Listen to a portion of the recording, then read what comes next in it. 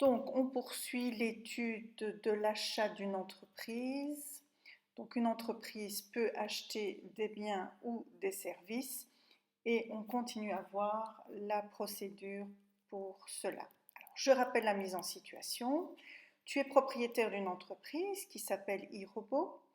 Tu veux ouvrir cette entreprise pour le 1er octobre et les travaux doivent être terminés pour le 25 septembre. Ton entreprise vend des robots et des appareils connectés. Alors, on va revoir tout ça sous forme de schéma. Donc, on se souvient que l'on avait recherché des fournisseurs et que maintenant, on doit contacter ces fournisseurs. Alors, pour contacter ces fournisseurs, deux moyens possibles, soit par écrit, soit oralement. Et nous avons décidé de le faire par écrit en envoyant un courrier.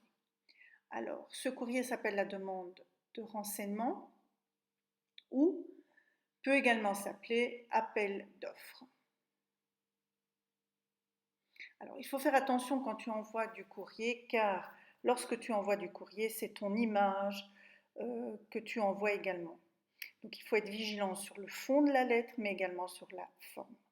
Alors, on va voir quelques conseils pour le fond. Il faut être attentif à la syntaxe, à l'orthographe, à la grammaire, ainsi qu'à la ponctuation de la lettre. Alors, comment pouvoir faire attention à tout ça? L'utiliser que des je ou des nous, ne pas les mélanger. Il existe des correcteurs orthographiques en ligne. Et alors, utiliser ce qu'on appelle des banques de paragraphes ou des phrases types. Alors, en ce qui concerne la forme, il faut toujours garder la même disposition, bien choisir sa police, éviter le Times New Roman et l'écriture manuscrite, la couleur noire et toujours utiliser un en-tête et toujours le même en-tête. Voici un exemple de lettre. Alors, théoriquement, les parties sont connues. On va faire une petite révision. Donc, tout en haut de la lettre se trouve en général l'en-tête. Alors, l'en-tête contient les informations de l'entreprise. Ces informations peuvent être complétées également dans le bas de la lettre, où l'on trouve l'adresse, le téléphone, les sites et les numéros de TVA et de compte.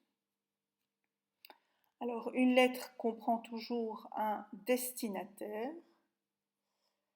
Le destinataire porte également un autre nom. On l'appelle la souscription. Alors, bien faire attention à la présentation de ce destinataire. Il y a des règles en Belgique. C'est d'abord, en général, on met monsieur, madame, suivi du prénom, du nom. En dessous, le nom de la rue, suivi du numéro de la maison. Et en dessous, le code postal, suivi de la localité, en général en majuscule. Lorsqu'on rédige du courrier, il ne faut surtout pas oublier la date, puisque le courrier sert de preuve. Donc, le courrier doit toujours être daté, ce qui facilite également son classement. Cette date est normalement précédée du lieu d'expédition du courrier. Donc, c'est le lieu où se trouve le siège social de l'entreprise. Alors, dans du courrier, il est toujours intéressant d'indiquer des références, ce qui permet également de le retrouver plus facilement et d'y faire référence quand on répond à ce courrier. Un objet, cela permet à la personne qui reçoit le courrier d'avoir un résumé du contenu de la lettre. Donc, c'est quelques mots qui résument ce qu'il va trouver dans la lettre. Alors, on indique également une vedette, une appellation, donc c'est souvent soit monsieur ou messieurs ou madame. Donc, on fait référence au destinataire. Donc, si on écrit un monsieur, la vedette sera monsieur. Si on écrit une entreprise, messieurs. Et si on écrit une dame, ce sera madame. Ensuite viennent les parties de la lettre proprement dite, le corps de la lettre. Alors, une lettre commence toujours par une introduction.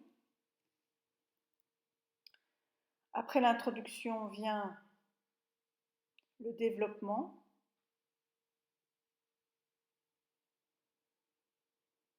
Donc là, vous expliquez le pourquoi de votre lettre, ce que vous attendez.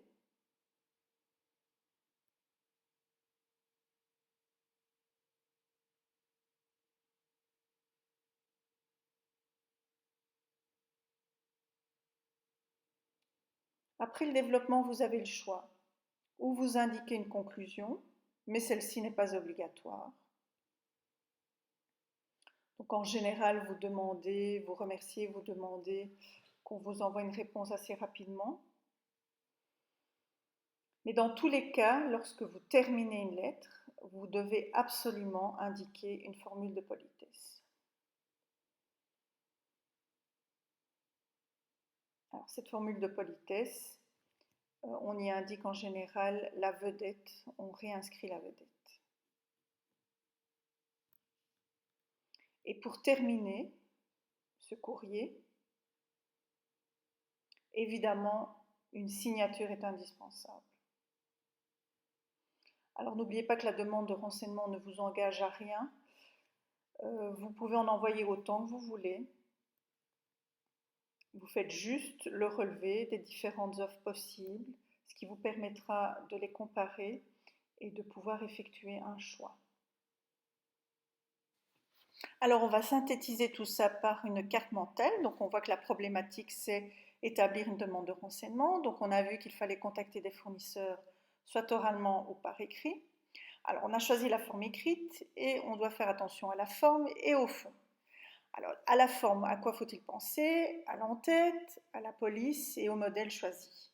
Au fond, il y a plusieurs choses auxquelles il faut faire attention: la grammaire, la syntaxe, la ponctuation et l'orthographe, puisque je vous rappelle, c'est l'image de marque de l'entreprise que vous montrez à travers ce courrier. Alors, les différentes parties d'une lettre, il y a tout d'abord les données.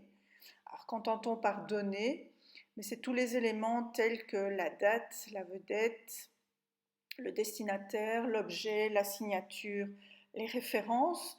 Donc toutes ces données sont très importantes. Et puis il y a le corps de la lettre. Donc le corps de la lettre est composé en général d'une introduction, d'un développement, d'une conclusion et d'une formule de politesse.